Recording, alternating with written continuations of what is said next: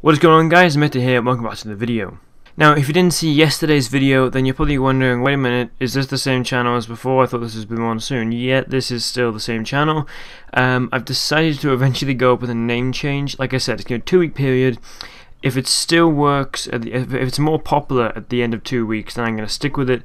If it's less popular, I'm going back to Blue Monsoon. And if it's just the same, then I'm going to keep it on an extra week period and see how it does. Like I said in the last video, I still want to find out what everybody else thinks, so if you can leave a comment down below and tell me what you think. Should I stick with this name? Should I change? I'd really like to know, because it's a huge help to me, otherwise I seriously don't know what to do. This will be the only time I go on about this through these next 2 weeks, because otherwise I can just go on about too much and it's really going to start getting annoying for me and everyone else.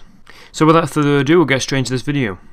Now, in the recent patch, there were a lot of things that changed, but one of the things that I was kind of hoping would change in the latest patch, especially with the release of the 2 new operators, was a buff to Doc. Now, you are probably wondering, wait a minute, why do you want a buff to Doc? Surely he's good enough, isn't he? He can basically save the whole team. Yeah, he kind of is. I mean, that is a huge bonus. If somebody goes down, you can get them back up, and you can basically cheat death and save somebody. But the problem with Doc is that when somebody goes into the down and out stage, you can't exactly go up and shoot a dart at them and instantly revive them, because most of the time people know exactly where they are and they just shoot there and they get one lucky shot and kill them. Along with the fact when you revive them, they stand up instantly so everybody can see them, along with the fact that you usually put yourself in risk when you go and try to revive someone, also including the fact that usually you barely have a line of sight on the person anyway. So there are so many variables that mean it's so hard to actually revive somebody, and even then, maybe 9 times out of 10, somebody actually goes down into the down but out stage instead of just dying instantly. So even in the rare chances where somebody does go down, you can use this, you rarely ever get to use it effectively because they instantly get killed afterwards, or they just die instantly from a headshot or don't even go to the down but out stage. So what's happening? Well, in the recent clip released onto the Rainbow Six Siege Twitter page, it shows a small snippet of Doc actually injecting himself in his arm and gaining 40 health. Now this is actually pretty damn cool. He goes from 50 health, and he goes from 54 health I believe up to 94. So that's actually a pretty good increase. You know, you get to 10% health, obviously up to 50% health, which is actually decent. That's 2 or 3 bullets right there. But this is something we've been asking for since launch. There's always been a thing of people want a healer in this game, as though with most games like this, so why can't Doc be that healer along with the reviver? So now the fact that we finally have this is something actually really cool, because it means we can actually go up and hopefully heal other teammates. We don't actually know about that yet. We've only seen Doc healing himself. But it would be pretty stupid if he only healed himself and not his teammates, just like the fact he can use the needle to revive himself and revive everybody else. Now the one thing that might actually happen is they might take away the revive feature for this and just make it a healing gadget. Although that's going to be better than before, I still don't see that that makes any Doc any good. You're basically going up and saying, hey look, we're going to add this ability to him to make him really good, and then take away something else to make him basically the same level. Now of course it has more of a range of effect, because now you can actually save people before they ever go down, but again the whole thing comes up with, can you even get to them? Are you not putting yourself at risk? Do you not get shot? What if you die? So I think it would be really stupid to remove the revive feature and replace it with this healing one. I think it's smart to have both. Now there is a huge selfish issue with this. Teammates will think, okay, I've lost some health, I'll heal myself, but then somebody else has actually lost some health as well, and then rather than using their final needle to help that person, they'll wait and use it on themselves again. Basically making a very selfish operator with his own intentions rather than the best intentions for the team.